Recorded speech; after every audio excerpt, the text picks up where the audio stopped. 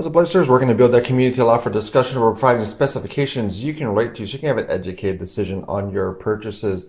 This one is going to be from Artisan. This is called the Falcon.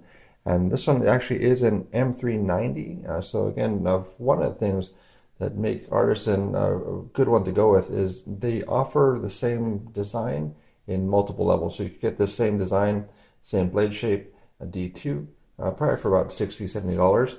So that's going to be the difference between this one and that one is going to be some of those different materials. So the titanium, the carbon fiber, and also even the texturing on the carbon fiber is a little bit different for this one as well. So we're going to look at some of the comparison for some of the other ones just to get an idea as far as what this is going to look like in comparison to what you might have already. So like the Pilar is going to be, there's the large. And then this one's pretty much identical in size to the Code 4 for the cold steel. That's going to be the comparison there. We're at 2. Delica 4. And then even a large Griptilian.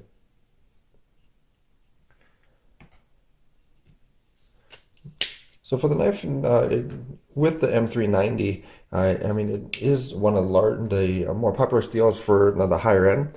So for corrosion resistance, it's going to be probably about the 75th percentile for this knife, and then also for the hardness side of things, it's going to be probably about the 65th percentile. You see on the chart here as far as where that's going to land as far as a knife informer chart. And then also we do have the edge retention.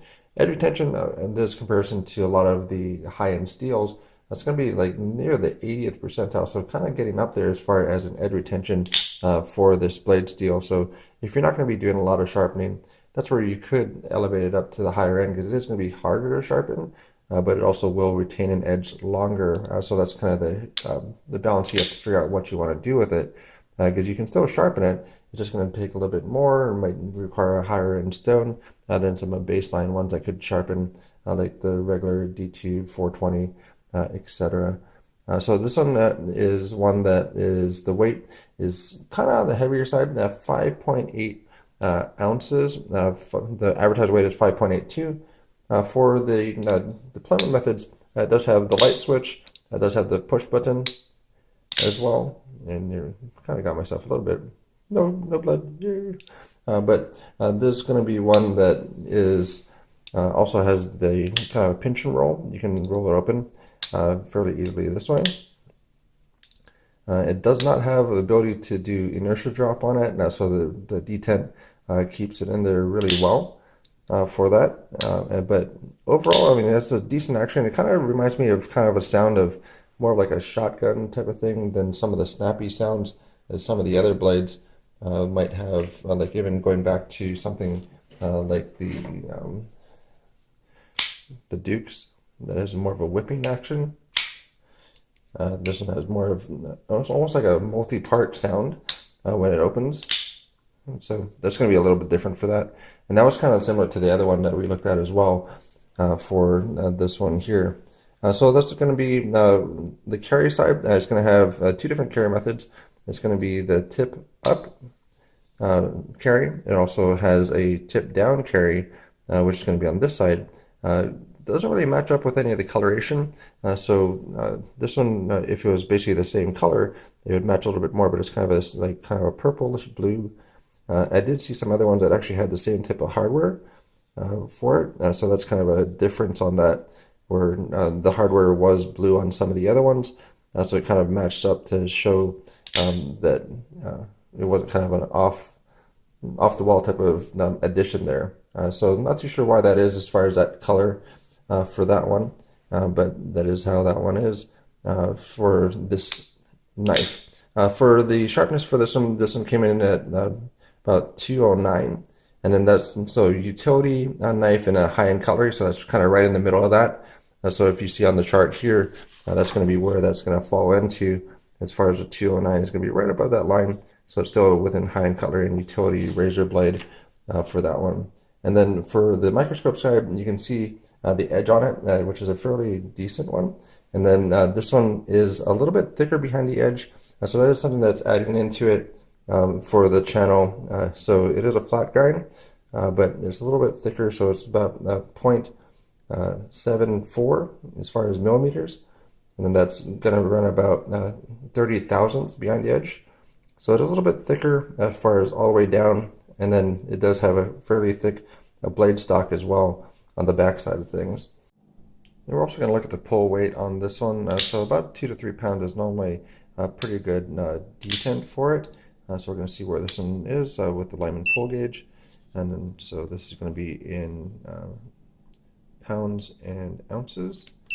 So we'll see what this turns out to be for this. And overall, this one has the deployment methods are pretty decent, but as you see, the actual detent is quite stiff. So 3.7 ounces for it. Detent is fairly high, but the flipper tab is fairly large as well. So there's nothing on there that's really going to be poking, stabbing, anything that's really too uncomfortable. But kind of overall, it's done all right. But yeah. So the comparison to that is going to be about again, it's about 7 sheets of paper is going to be where that's going to be for that grind right behind the edge. And then this one has a current price of about $224.99, and $299 is the full retail price for it. So for that price point, I know it has this kind of checking the boxes as far as the blade steel, handle steel, bearings, but for me, I think you can find some other things that are a little bit, I don't know, it doesn't really go well together. So like for this blade steel or the shape, I don't really see the purpose of some of it. It's more of an artistic side, so artisan, but that's going to be something that doesn't really match up this handle. This handle itself with this inlay actually makes the handle look a lot wider than it is.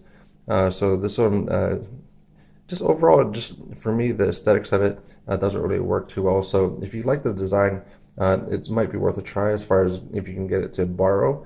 But it's not horrible where I would say avoid it, but it's not something that I would pick up myself. So it's not in that buy category for this knife either. But that's the things with it. There's going to be a lot of different styles for it. And then if you find a style that you like and you don't want to pay the premium price for those, and you don't need those premium steels, then that's where you can get the lower end ones for that. So Artisan overall is still really coming up in the market. So there's a lot of things that they're doing very well. But for this one, they're kind of so-so for me. So it comes in a different packaging for it. So it does have the soft case. You can hold 2 different knives in it, and has the cleaning cloth in it. And then also does come in with this tin. So there's a tin that you could reuse for something else. But this is what it comes in with that pouch on the inside of it. So thank you again for Artisan providing this for the pass around group. And it's going to be going out to the next person. So we'll see as far as where everybody else lies within this knife here. But excellent steels, excellent as far as the titanium. And then from Love Them Knives, the testing that's been done on the Artisans has come back to being proper material, so you don't need to worry about that as much as some of the other brands that might be throwing on a different steel without actually matching up with that. So let me know as far as what you think about it. But this one is going to be the Artisan Falcon, and right now it's going to be in a borrow state for me for that price point and the overall design and aesthetics. Okay, let me know as far as what you think, and thank you again for your time.